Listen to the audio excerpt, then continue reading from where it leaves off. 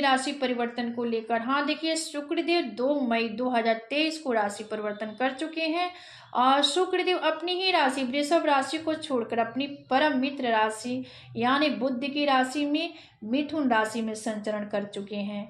तो शुक्र का मिथुन राशि में प्रवेश से सभी राशियों के लिए कैसा रहेगा प्रभाव, आज हम जानेंगे। मेष से लेकर मीन राशि तक कैसा होगा प्रभाव, इसके बारे में तो चर्चा यहाँ पर हम करने वाले हैं। लेकिन इससे पूर्व हम पहले शुक्रदेव किन चीज़ों से ताल्लुक रखते हैं और किन चीज़ों का प्रतिनिधित्व करते हैं, इसके बारे में हम जान लेते हैं। तो देखिए, शुक्र एक चमकीला ग्रह है और शुक्र जीवन संगी, प्रेम, विवाह, विलासिता, समृद्धि, सुख, वाहन, कला, नृत्य, संगीत, अभिनय, जुनून, जज्बा, भौतिक सुख साधन का प्रतीक है।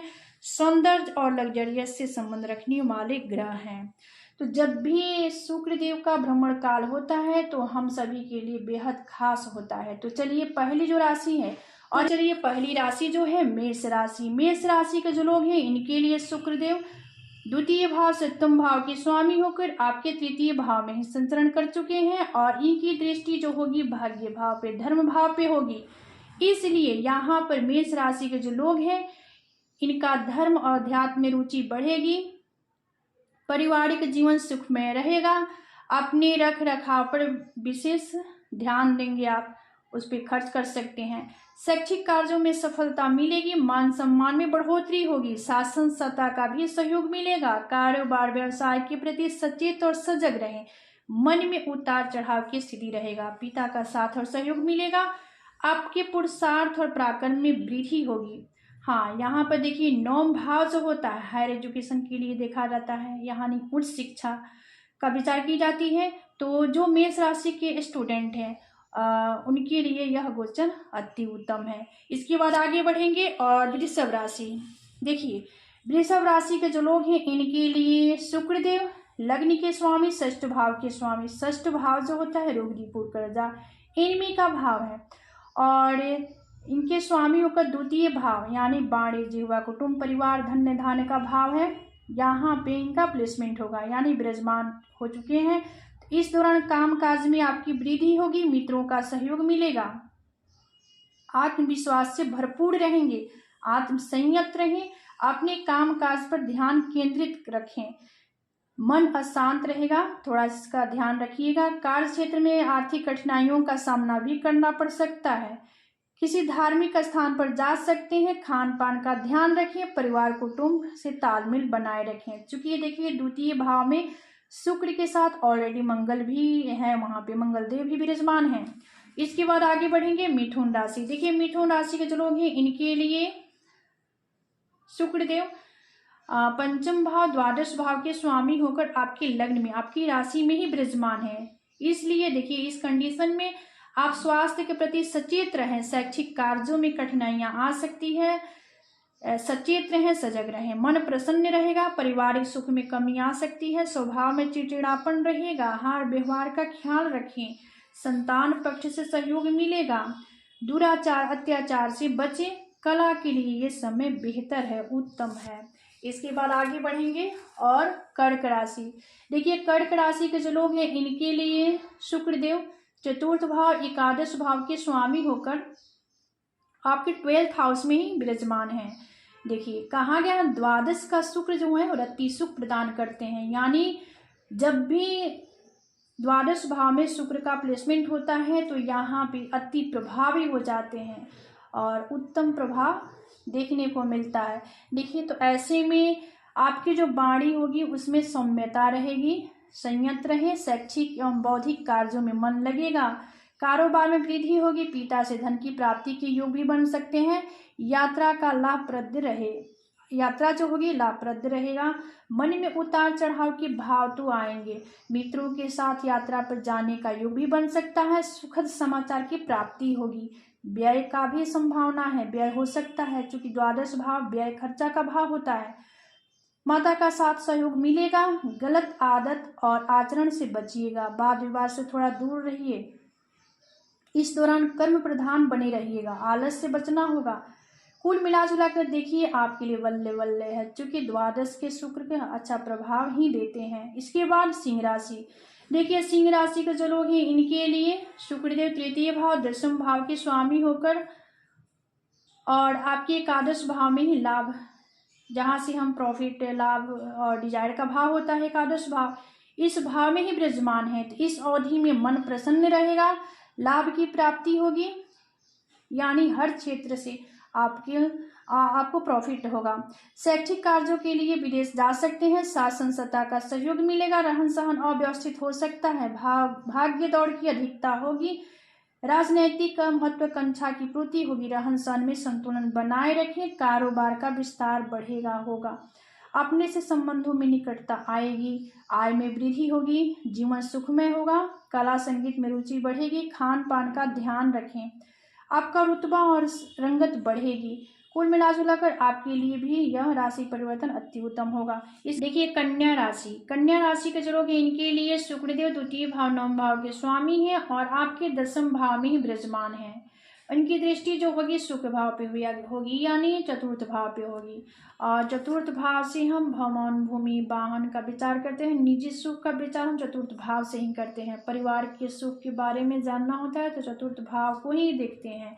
तो कन्या राशि वालों को पठन पाठन में रुझान बढ़ेगा, शैक्षिक एवं शोधादि कार्यों में सफलता मिलेगी, बौद्धिक कार्यों में भी वृद्धि होगी, कार्य क्षेत्र में परिश्रम अधिक रहेगा, आपके लिए ये गोचर शुभदायी होगा यानी फलदायी होगा, व्यापार और व्यवसाय में सफलता मिलेगी, सरकार या सरकारी क्षेत्रों से भी लाभ मिलेगा आपको। ये तुला राशि के जो लोग हैं इनके लिए शुक्रदेव लग्न के स्वामी अष्टम भाव के स्वामी और आपकी नौम भाव में ही प्लेस है, यानी अपने से अष्टम भाव के स्वामी होकर अपने से एक भाव आगे नौम भाव में धर्म भाव में विराजमान है। तो इस दौरान आप आत्म संयत रहें, क्रोध के अतिरेक से बचें, कारोबार में परिवर्तन की संभावना बन रही है, पिता से आर्थिक सहयोग मिल सकता है, भाग्य दौड़ अधिक रहेगी, मन प्रसन्न रहेगा, इस दौरान परिवार का साथ और सहयोग मिलेगा, परिश्रम अधिक करना पड़ सकता है, स्वास्थ्य का विशेष ध्यान रखें, धैर्यशीलता में कमी आएगी, धार्मिक कार्यों में व्यस्तता बढ़ सकती है, आय वृद्धि के नए स्रोत विकसित हो सकते हैं, किसी संपत्ति में निवेश करने के लिए समय उत्तम है यानी अनुकूल है।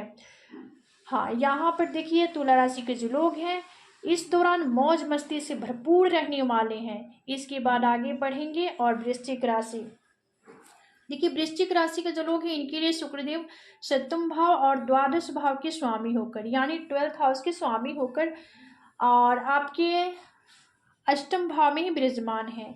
इनकी जो दृष्टि होगी धन्य धान के भाव पे होगी, यानी परिवार कुटुंब द्वितीय भाव पे होगी। तो इस दौरान देखिए आप धन्य धान से परिपूर्ण रहेंगे, आपके धन्य धान में वृद्धि होने वाली है। इस दौरान आशा निराशा के भाव मन में हो सकते हैं, लेकिन धैर्यशीलता बनाए रखने का प्रयास करें।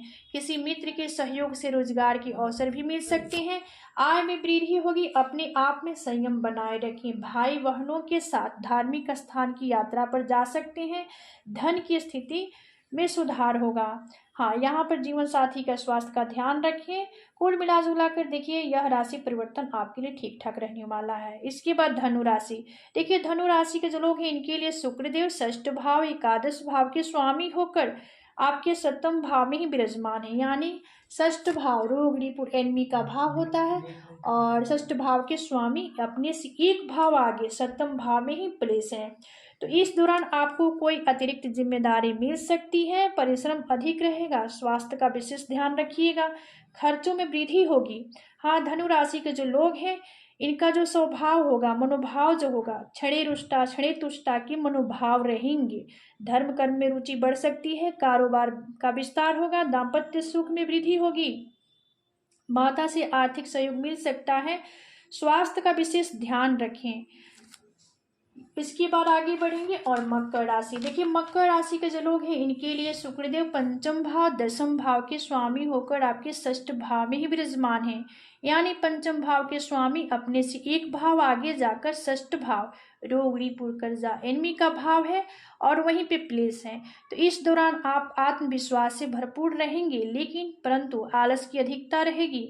हाँ, यहाँ पर देखिए इस समय इस दौरान लिखनादि बौद्धिक कार्यों में व्यस्तता बढ़ेगी, मित्रों का सहयोग मिलेगा, शैक्षिक कार्यों पर ध्यान दें, रहन सहन अव्यवस्थित हो सकता है, संतान सुख में वृद्धि होगी, मित्रों का साथ और सहयोग मिलेगा।